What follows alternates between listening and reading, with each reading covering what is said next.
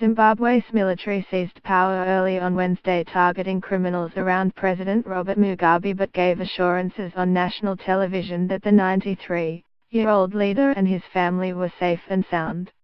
Soldiers and armored vehicles blocked roads to the main government offices, parliament and the courts in central Harare, while taxis ferried commuters to work nearby, a Reuters witness said. "We are only targeting criminals around him, Mugabe, who are committing crimes that are causing social and economic suffering in the country in order to bring them to justice," Zimbabwe Major General S.B. Moyo, Chief of Staff Logistics, said on television. "As soon as we have accomplished our mission, we expect that the situation will return to normalcy." Neither Mugabe nor his wife Grace, who has been vying to succeed her husband as president, have been seen or heard from.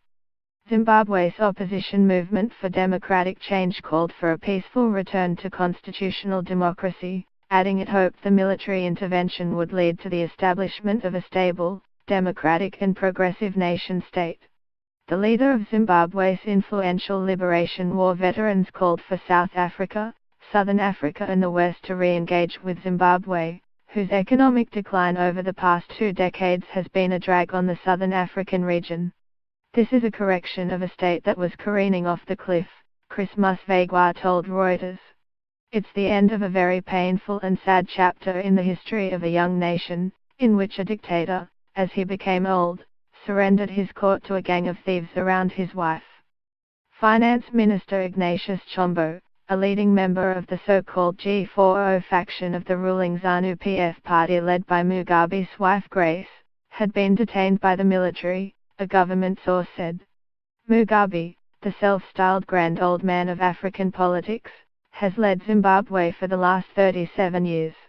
In contrast to his elevated status on the continent, Mugabe is reviled in the West as a despot whose disastrous handling of the economy and willingness to resort to violence to maintain power destroyed one of Africa's most promising states.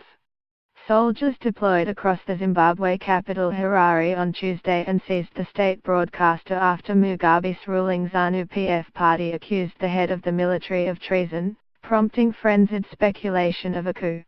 Just 24 hours after Military Chief General Constantino Chiwenga threatened to intervene to end a purge of his allies in Mugabe's ZANU-PF, a Reuters reporter saw armored personnel carriers on main roads around the capital. Aggressive soldiers told passing cars to keep moving through the darkness. "Don't try anything funny. Just go," one barked at Reuters on Harare Drive.